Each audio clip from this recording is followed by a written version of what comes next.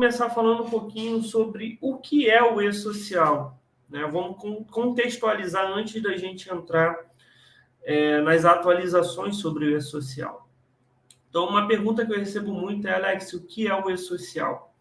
E o e-social nada mais é do que uma unificação de envio de informações para órgãos do governo, tá? Então, o departamento pessoal ele tem uma série de obrigações, né, de envios, de entrega de informações para órgãos do governo, e o e-social ele veio para unificar esse envio, né? Porque geralmente a empresa ela tinha que enviar a mesma informação para um órgão, depois enviava a mesma informação para outro órgão, depois enviava a mesma informação para outro órgão e ficava nesses envios, né? Então, o e-social ele veio para unificar isso e falar, ó, você precisa só enviar para cá, tá? Envia para esse único caminho que os órgãos do governo vão entrar lá e vão buscar cada um a informação que eles necessitam, tá? Então, respondendo a primeira dúvida que muitos profissionais têm, o que é o e-social? Ele é um ponto de unificação de informações que são enviadas a órgãos do governo, tá? Então, essa é a primeira pergunta. Tá, Alex, entendi o que é o e-social, mas por que ele foi criado, né? Para que ele foi criado? Como foi conversado? Como foi falado até chegar ao e-social? Bom, o e-social ele faz parte do SPED, né? Que é o Sistema Público de Escrituração Digital.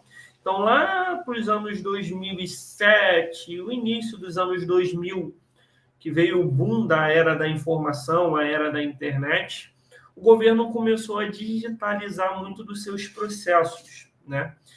E criou esse SPED. O SPED nada mais é do que um programa do governo para digitalizar muito dos processos, muito dos envios ao fisco, tá? E dentre essa unificação tinha o e-social, que seria a nossa parte, a parte trabalhista, previdenciária e tributária. Então, lá atrás, o governo pensou no e-social, assim como em outros programas, né, que foram criados e disponibilizados desde 2007, tá? Então, lá foi pensado, e somente em 2017, 2018, que o e-social começou a entrar realmente em operação, né? Primeiro como uma base teste, depois ele foi para operacional. Tá? E muitos profissionais lá em 2017, 2018, eu lembro, eles falavam que, cara, o e-social ele não tem como existir no Brasil, como um sistema como esse, tão complexo, em que a economia roda com 95% das empresas sendo pequenas empresas, impossível ter um sistema tão complexo. E eu falava, cara, eles estão conversando, eles estão trabalhando em cima desse programa desde 2007. Eles não vão simplesmente esquecer o e-social, né? Se eles criaram, se eles investiram milhões nesse programa, é para botar para rodar, entendeu? E também para o fisco, o e-social é muito importante, porque eles ganham mais poder de fiscalização, eles têm mais controle sobre as arrecadações. Então, por que eles não iriam implantar o e-social? Então, eu lembro que eu conversava com muitos amigos e eu falava isso, e eles falavam, não, isso aí não vai durar aqui. Bom, dito e feito, o e-social está aí rodando, né, desde 2018. Já estamos aqui nas etapas finais do e-social, inclusive já está vindo o e-social simplificado, né, já é realidade. Então, a gente já está na segunda etapa do e-social, e está rodando em todas as empresas, né? Então, todos aqueles profissionais que falaram que impossível, não ia dar certo, está aí rodando. Tá? E o SPED, contextualizando um pouquinho, além do e-social, ele veio com a nota fiscal eletrônica, ele veio com ECD, ele veio com FD, veio com CTE, veio com FCONT. Então, ele veio com obrigações relacionadas a todas as áreas da empresa. Né, setor fiscal, setor contábil, o departamento pessoal. Então, ele veio para impactar realmente todos os setores ali que tem que informar, tem que compartilhar informações com os órgãos do governo. Tá? Então, ele impactou a empresa por um todo, não foi só o e-social. Tá, Alex, entendi. Então, o governo ele ganha poder de fiscalização. E a empresa, o que ela ganha com o e-social? O ponto mais positivo que o governo falava relacionado ao E-Social, que a gente já começou a ver, é a diminuição das obrigações que a empresa tem, né? Então, antes, como eu disse, a empresa tinha que enviar a mesma informação para diversos órgãos do governo. Com o E-Social, ela vai enviar só uma vez. Então, você acaba simplificando parte desses envios que você tinha antes. Porque ao invés de você enviar para 30 órgãos do governo, você vai fazer um envio e os 30 órgãos vão lá e puxam essa informação. Então, acaba simplificando o processo para a empresa, né? E com esses primeiros anos aí de social, a gente já viu algumas obrigações desaparecendo, né? Alguns exemplos aqui que eu anotei para trazer para vocês. A RAIS para o grupo 1 e o grupo 2 já morreu, né? O grupo 3 ainda está com a RAIS, mas provavelmente em 2023 vai morrer também, tá?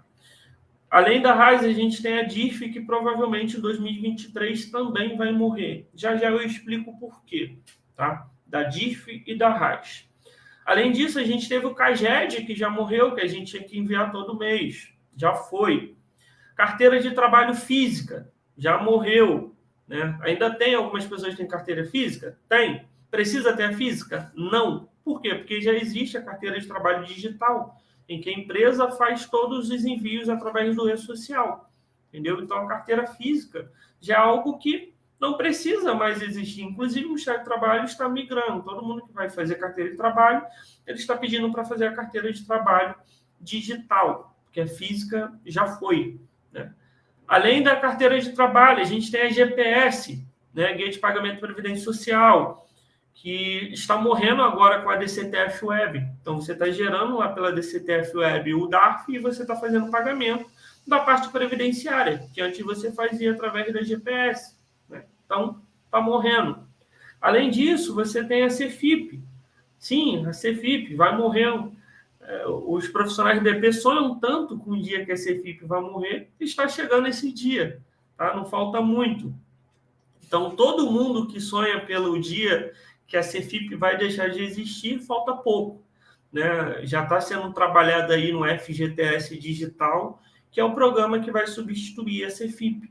Então, a partir do momento que a empresa envia o E-Social, essas informações ela vai para a DCTF Web, né, para a parte previdenciária e tributária, e ela também vai para esse outro programinha chamado, ou site chamado FGTS Digital, que vai servir também para gerar a GRF. Tá? Então, você só tem que entrar na DCTF Web, transmitir e gerar guia, e provavelmente você só vai ter que entrar nesse FGTS Digital para transmitir e também gerar a guia do Fundo de Garantia. Tá? Então, vai simplificar demais todo o processo que antes a empresa fazia. Tá? Então, esse é alguns dos exemplos do que o E-Social está trazendo de mudança nesses últimos anos para as empresas. Tá, Alex, já entendi, então, o que é o E-Social, para que ele foi criado, quais são as mudanças que ele traz.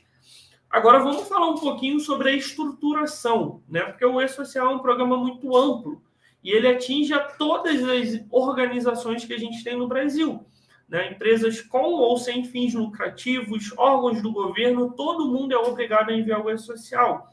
Como ele é um sistema muito amplo, obviamente não poderia o governo falar, ó, implanta aí o E-Social, tudo de uma vez só, e é isso, pronto, acabou. Então, o que foi feito? O E-Social ele foi dividido em etapas, tá? 5 etapas, tá? E aí eu vou te explicar, não só falando quais são as etapas, como trazendo lógica por ser essas etapas, tá? Então vamos lá, vem junto comigo. Primeira etapa do E-Social, o governo quer conhecer a empresa, tá? Então a primeira coisa você vai informar quem é a empresa, né? Quais são os dados da empresa, como razão social, como CNPJ, endereço. Então, primeiro você vai dizer quem é a empresa e quais são as tabelas que ela tem. Alex, como assim tabela? Bom, as tabelas de horário, tabelas de função, tabelas de nomenclaturas que ela usa para folha de pagamento. Então, além de você informar na primeira fase, na primeira etapa, quem é a empresa, você vai informar quais são as tabelas que ela tem, tá? O governo já sabe quem é a empresa e as tabelas, aí a gente vai para o segundo passo. Agora que ele já sabe a empresa, ele quer saber quem são os funcionários vinculados a essa empresa. Então, a segunda fase, você vai informar quem são os funcionários que estão vinculados àquela empresa, bem como você vai informar as movimentações que está tendo naquela empresa relacionada a esses vínculos. Então, todas as admissões e demissões, férias, tudo isso vai entrar na segunda etapa do e-social. Né? Por que a gente chama a segunda etapa, Alex, de eventos não periódicos? Porque são eventos que não têm data certa de acontecer. Uma admissão pode ou não acontecer em um mês. Uma demissão pode ou não acontecer. O funcionário pode ou não entrar de férias. Então, por conta disso que são eventos não periódicos, porque não são eventos que obrigatoriamente vai ter, ok? Então, essa é a segunda etapa. Terceira etapa, já sei quem é empregador, já sei quem é funcionário. Agora eu quero saber a remuneração. O que esse funcionário recebe? Quais são as remunerações? Terceira etapa, folha de pagamento, eventos periódicos. Por que eventos periódicos? Porque são eventos que são obrigatoriamente, a empresa tem a obrigatoriedade de enviar todo mês, entendeu? Então, a terceira etapa é a folha de pagamento. Depois que informou a folha de pagamento, aí agora o governo vai mexer no tributo, na arrecadação. Então, a quarta fase do e-social, a gente tem a substituição da parte previdenciária. Antes você informava tudo pela Cefip, agora a parte previdenciária você vai informar pela DCTF Web. Tá? Então, essa é a quarta etapa do e-social, substituição da parte previdenciária da Cefip para a DCTF Web, ok? Quarta etapa do e-social. E a gente tem mais uma etapa aqui, tá? Que seria a substituição da parte do fundo de garantia, tirando a Cefip de vez e passando para o FGTS digital. E a última etapa, a gente tem a parte de dados de segurança e saúde do trabalho, tá? Que nada mais é do que as NRs do Ministério do Trabalho, tá? As normas regulamentadoras passando a ser enviadas tudo pelo e-social, tá? Então, são essas 5, 6 etapas, tá? 6 etapas contando com a substituição da parte do fundo de garantia para o FGTS digital, tá? Se tu tirar essa etapa, são 5, ok? Então, o governo ele fatiou esse programa que é bem amplo, que é bem macro, né?